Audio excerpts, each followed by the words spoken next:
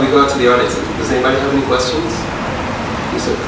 With the material that we're being shown right here, is this being created specifically for the motion piece, or is this kind of like, is there any material that this was based on initially? It was based on, the format that we created is the screenplay format, just because we find that it is the most adaptable into whatever final production style.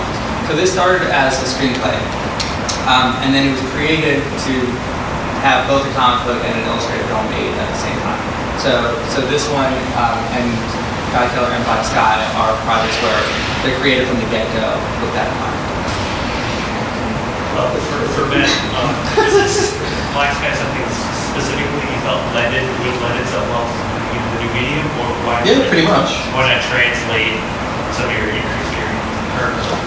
Well, because the whole point was to do something new that was dedicated for it, first and foremost. And I have a bunch of ideas that I was wanting to do something new with anyway.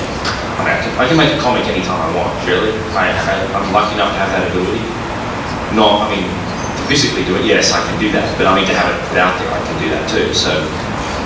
But I thought this one was, it's going to have a lot of action, obviously like battle scene type stuff in it, but also a cool story and a bizarre landscape thing that cinematically I think would work a lot more, go with sound and things like that. Are you hearing any of the voices yet? No, but I have ideas. I'm saying. No, I dare not dream that certain people would ever be involved, but apparently Nancy looks and does shit. So. Do you guys see any limitations that you might have, just not translating, but just trying to get, just making it into too much animation, too little animation? What's any hurdles that you guys see? Let me answer that first, and then I'd be very clear what you guys have to say. But for us, illustrated films is a space to explore in. Basically, the backstory to all this is that I made a 16mm film back in the 90s called Threat, which stars the wonderful Rebecca Lizzie in Aisle 4. And what happened is we toured around the world with it, and we would sell at shows, and it was a lot of fun. And we weren't really able to figure out a traditional means of distribution. And I was like, but I want to, as I've mentioned numerous times, I want to make weird stuff. So when we were offered deals that seemed like they weren't really going to be good for us in the long run, I decided instead to start this company called Halo-8, using Threat as the leverage to get it going.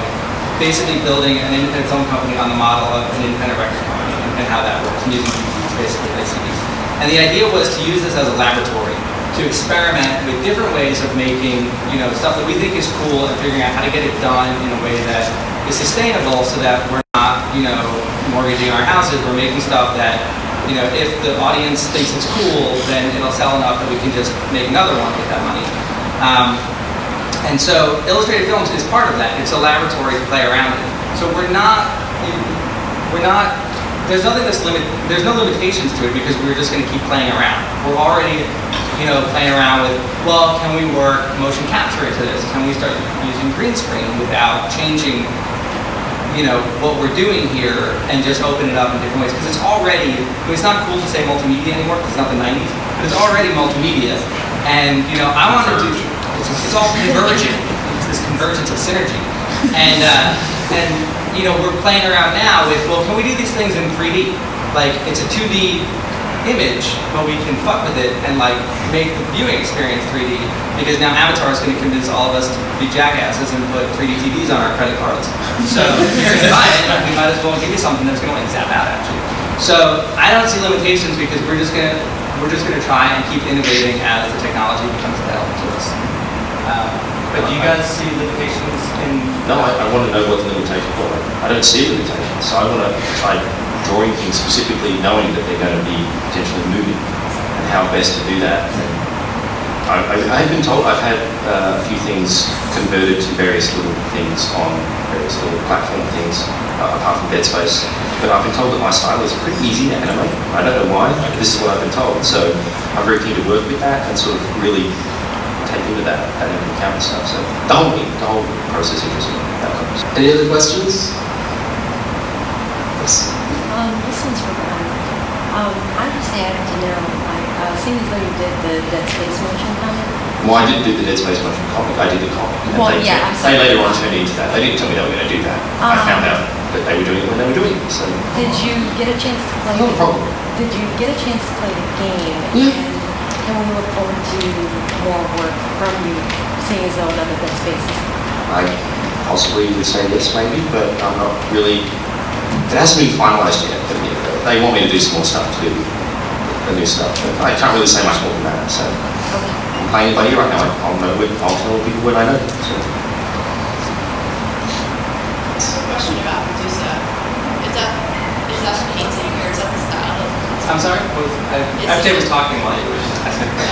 is this a painting or is this like the artist that's going to be working on it? Is it Well, this is the concept art that we created for this project, but it's not necessarily the final artist that we're going to work with on it.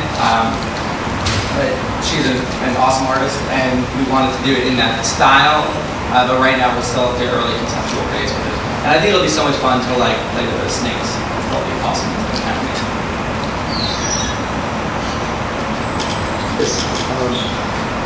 One of the things I was kind of curious about is how you guys kind of came together, because it sounds like, yeah, because you had We this drank a idea- lot and we woke up together. That's